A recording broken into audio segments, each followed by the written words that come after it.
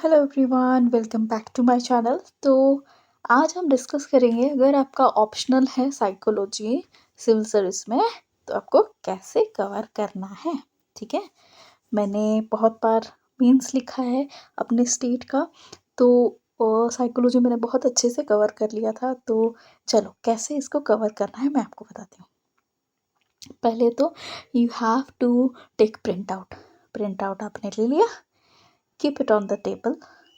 और एक, ओह मैं तो बोलना ही भूल गई, ग्रैब योर टी और कॉफ़ी एंड बात करते हैं। चलो, तो पहले आपको प्रिंट आउट आपने रख दिया, ठीक है। Then you have to take a highlighter, ठीक है, आपको हाइलाइटर लेना है। देन क्या करेंगे, पहले एक टॉपिक उठाएंगे। आपको रैंडमली पढ़ना नहीं है, आप अगर एक एक चैप्टर ग्रेजुअली पढ़ते जाओगे ऐसे स्टार्टिंग से तो इट विल बी बेटर। ठीक है, तो देखो पहले क्या करेंगे, अगर हम ये चैप्टर सिलेक्ट कर रहे हैं कि इंट्रोडक्शन है क्या, डेफिनेशन ऑफ साइकोलॉजी, ये इसका एक पार्ट है। Historical antecedents of psychology and trends in psychology, ये दूसरी बात है। Then psychology and scientific methods. This is the third part. Then psychology in relation to the other social science and natural science. ये this is a very important part. सब सारे आप optionals में देखोगे दिस ये होगा। अपने ऑप्शनल को ना ये यहाँ पे दिखाते हैं कि हम बहुत अच्छे हैं, दूसरों से हम कैसे बेटर है। ठीक है, then application of psychology to the societal problem, this the last part. तो हमें करना क्या है, क्या करेंगे, ये एक टॉपिक उठा लिया, इसके एक एक पार्ट्स को कवर कर रहेंगे। जैसे कि ये कवर हो गया तो मैं क्या करूँगी, इसको सॉरी, इसको मैं हाईलाइट कर दूँगी। इसको कर दिया, इसको कर दिया, ये बाकी रह गया फॉर एग्जाम्पल। तो हमें पता चलेगा क्योंकि हमने हाईलाइट कर दिया है। हमें एक एक पॉइंट पढ़ना ज़रूरी है। हम 100% तो मैं बोलूँगी कि नहीं कवर कर सकते, बट हमें 95% ऑलमोस्ट कवर करना है। तो हमने चैप्टर 1 ख़त्म कर लिया, तो क्या करेंगे, अब निकालेंगे PYQ। PYQ आप 5 से 7 साल का PYQ आप निकाल देना। ह्यूमनली पॉसिबल है, 10 साल में बोलूँगी अगर मिल रहा है ठीक है, अगर एक ऐसे कंपाइलेशन है that is also better, that will be better. ठीक है, करोगे, देन आप सॉल्व करोगे क्या, PYQ सॉल्व करने लगोगे। देख पढ़ लिया what is definition of psychology, तो हमने लिख लिया, डेफिनेशन करके लिख लिया। और क्या क्या पूछा है, अगर कंपैरिजन करो, फिजिक्स के साथ कंपैरिजन करो, तो देन उसका आंसर लिख लिया। क्वेश्चन 1 हो गया, then question 2, question 3, question 4, at least 5। You can do more than 5 but at least 5 question आपको सॉल्व करना है। तो chapter 1 is ready. Then we will go to the next, methods of psychology. Types of research, कितने types of research होते हैं, descriptive, evaluative, diagnostic, prognostic, this is one part. मान लो मैंने ये कवर कर लिया, okay. Then methods of research, ये भी मैंने कवर कर लिया। सर्वे हो गया, ऑब्जर्वेशन हो गया, केस अगर मैंने एक्सपेरिमेंट ये मैंने छोड़ दिया है फॉर एग्जाम्पल।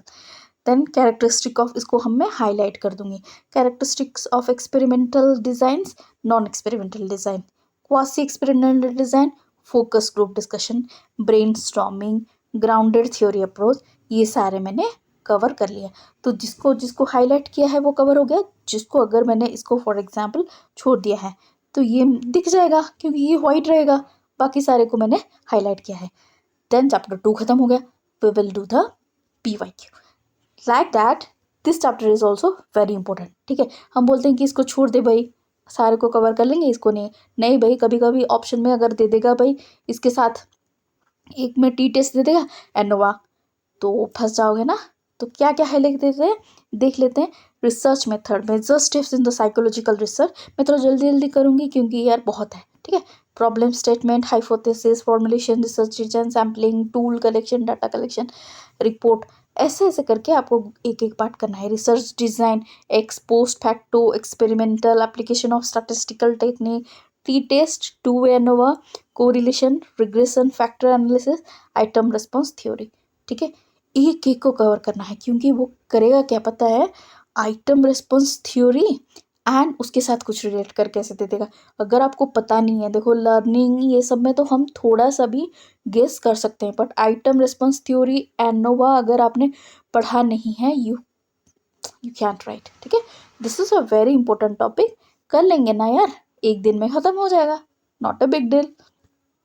ठीक है, और जो अगर कुछ क्वेश्चन आपके छूट गए, ज़्यादा वरीड नहीं होना है कि भाई एक क्वेश्चन रह गया, एक क्वेश्चन रह गया, नहीं नहीं, डोंट वरी फॉर दैट। उसको एक नोट में लिख लो कि भाई ये बाकी रह गया, ठीक है, ये बाकी रह गया, आई विल चेक इट। तो आप नेट से चेक कर सकते हो। ठीक है, और देखो एनसीईआरटी बुक साइकोलॉजी के लिए बहुत इंपॉर्टेंट है, एनसीईआरटी, देन जो Byron and Mishra, that is also important, और बाकी आपके कोचिंग के अगर नोट्स। ठीक है, मैंने तो पाठक सर से पढ़ा था, तो पाठक सर से तो पढ़ा था, पाठक सर ने कुछ चीज़ें कवर की थी, और हमें बहुत सारे नोट्स मिल गए थे यार, 10-15 आई थिंक बड़े बड़े बुक्स मिल गए थे। तो उसमें से मुझे मोस्ट ऑफ द थिंग मिल गया था, कुछ कुछ स्टिल बाकी था। Okay, then development of human behaviour, fourth chapter, growth क्या होता है, डेवलपमेंट क्या होता है, प्रिंसिपल्स ऑफ डेवलपमेंट क्या होता है, डेवलपमेंट के प्रिंसिपल्स होते हैं, बहुत इजी है। Role of genetics and environment factor in determining the human behaviour, genetics का क्या रोल होता है, एनवायरमेंट का क्या रोल होता है, इन्फ्लुएंस ऑफ कल्चर, ये मुझे बहुत अच्छा लगता था। देखो जो जो जंगल में रहते हैं, दे कैन, ये जो वर्टिकल, क्योंकि वो पेड़ देखते हैं, पेड़ पौधे देखते हैं, तो उनको वर्टिकल चीज़ वो ज़्यादा एनालाइज कर पाते हैं। ठीक है, और उनको एंगल्स, ट्रायंगल या फिर हॉरिजॉन्टल, जैसे we find it in what, in cities, उनको उतना पता नहीं होता। This is true, this is very true. ठीक है, then life span development, characteristic development task, ये मेरे पास नोट्स नहीं था, लाइफ स्पैन डेवलपमेंट अगर मुझे मिल गया I will share with you. ठीक है, डोंट वरी। सेंसेशन क्या होता है, अटेंशन क्या होता है, फिफ्थ चैप्टर। ठीक है, क्या क्या है देखो, सेंसेशन, कॉन्सेप्ट ऑफ थ्रेशोल्ड, कि थ्रेशोल्ड एक होता है सेंसेशन का, एब्सोल्यूट डिफरेंस थ्रेशोल्ड। ठीक है, signal detection, vigilance, signal detection theory, ये आया था, हाँ ये था। ठीक है, then factor influencing attention including set, क्या होता है, सेट क्या होता है। ठीक है, कैरेक्टरिस्टिक ऑफ स्टिमुलस, स्टिमुलस के ना, जो भाई हम तो सेंस कर लेंगे, स्टिमुलस के भी बहुत सारे कैरेक्टरिस्टिक्स होते हैं। ठीक है, that we have to study. बहुत इजी है, बहुत इजी है, आपको नोट्स में सब कुछ मिल जाएगा, और जो आपको पता नहीं चल रहा है you just right it in the comment. Definition and concept, concept of perception, perception क्या होता है, बायोलॉजिकल फैक्टर परसेप्शन में क्या फैक्टर्स इफेक्ट करते हैं, perceptual organisation, influence of past experience, perceptual difference factor influence space depth, perception size estimate, perceptual readiness, plasticity. ये ना देखो एक्स्ट्रा सेंसरी परसेप्शन, हाँ परसेप्शन ना एनसीईआरटी पे मस्त दिया है डायग्राम के साथ। ठीक है, देख लेना, बहुत मस्त से डायग्राम से, डेप्थ स्पेस इसके बारे में बहुत लेजिबली, यानी बहुत इजीली। टिके रो एक्स्ट्रा सेंसोरी परसेप्शन, यानी एक्स्ट्रा सेंसोरी सेंस इन्वॉल्व नहीं होता, स्टिल यू कैन परसीव, जैसे कि टेलीपैथी होता है, और जैसे कि क्या बोला जाता है यार वो, क्या होता है कि आप एक रूम में बैठते हो, दूसरे रूम में बंदा क्या कर रहा है वो आप पता कर सकते हो। सेकंड था जो क्या है, हम जैसे किसी घर में आग जल रहा है तो आप वो पता कर सकते हो, या फिर आप अपने विदाउट टच करके एक स्पून को बेंड कर सकते हो, those are called as extra sensory perception. Culture and perception, culture कैसे अफेक्ट करता है, सब सबलिमिनल परसेप्शन, ये मेरे पास नोट्स में नहीं था। ठीक है, तो देखो अगर ये मेरा छूट गया, बाकी तो मैंने कर दिया है हाईलाइट ये सारी चीज़ को, ये एक छूट गया है तो will cover easily. So this is the way learning, learning बहुत इंपॉर्टेंट है, concept and theories of learning, behaviourist, gestalt behaviourist थे हमारे। ठीक है, और जेस्टल साइकोलॉजी जो बोलते थे, whole is more than parts, information processing model, the process of extinction, extinction कैसे हो जाता है, हम जो सीखते हैं वो एक्सटिंक्ट कैसे होता है, मेरा तो ये फेवरेट चैप्टर था।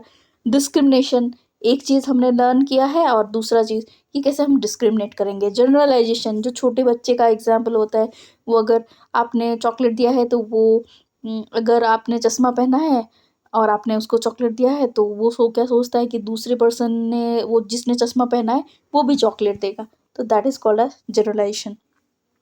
प्रोग्राम्ड लर्निंग, ठीक है, प्रोग्राम लर्निंग क्या होता है, सबके लिए वो एप्लीकेबल नहीं होता, आपके अकॉर्डिंग प्रोग्राम बनाया जाएगा and according to that you will learn. Probability learning, ठीक है, ये मेरे पास नहीं था। सेल्फ इंस्ट्रक्शनल लर्निंग, ठीक है, अपने आप यानी इंस्ट्रक्शन से आपको आपके पेस से आप पढ़ोगे। कॉन्सेप्ट्स क्या होता है, टाइप्स क्या होते हैं, types and schedule of reinforcement, positive reinforcement, schedule reinforcement, time space, time था और क्या था, अमाउंट, रेशियो, ठीक है, एस्केप, कैसे करते हैं हम, अवॉइडेंस कैसे करते हैं, पनिशमेंट, मॉडलिंग, सोशल लर्निंग, ये सारे बहुत मज़ेदार चैप्टर है, तो ऐसे कर लेना। देन मेमोरी में क्या क्या है, एनकोडिंग एंड रिमेंबरिंग। एनकोड करते हैं हम पहले, जो स्टिमुलस आता है ना, पहले हमारे जो सेंसोरी जो है वो इसको एनकोड करते हैं, देन हम रिमेंबर करते हैं। शॉर्ट टर्म मेमोरी क्या होता है, इसके कैरेक्टरिस्टिक्स क्या होते हैं, लॉन्ग टर्म मेमोरी क्या होता है, सेंसोरी मेमोरी क्या होता है। जैसे कि आप अगर आप क्या आपके सामने लाइट जल रहा है, लाइट बंद हो गया, still that trail will be in side your eyes, आपको दिखेगा कि हाँ यार लाइट जल रहा है, दैट इज। और फिर टेलीफोन नंबर आपको अगर कोई याद रखने के लिए बोलता है तो आप ऐसे मुंह में आप बोलते हो जब ना, that is called a sensory memory. Muscle memory भी होता है, ठीक है।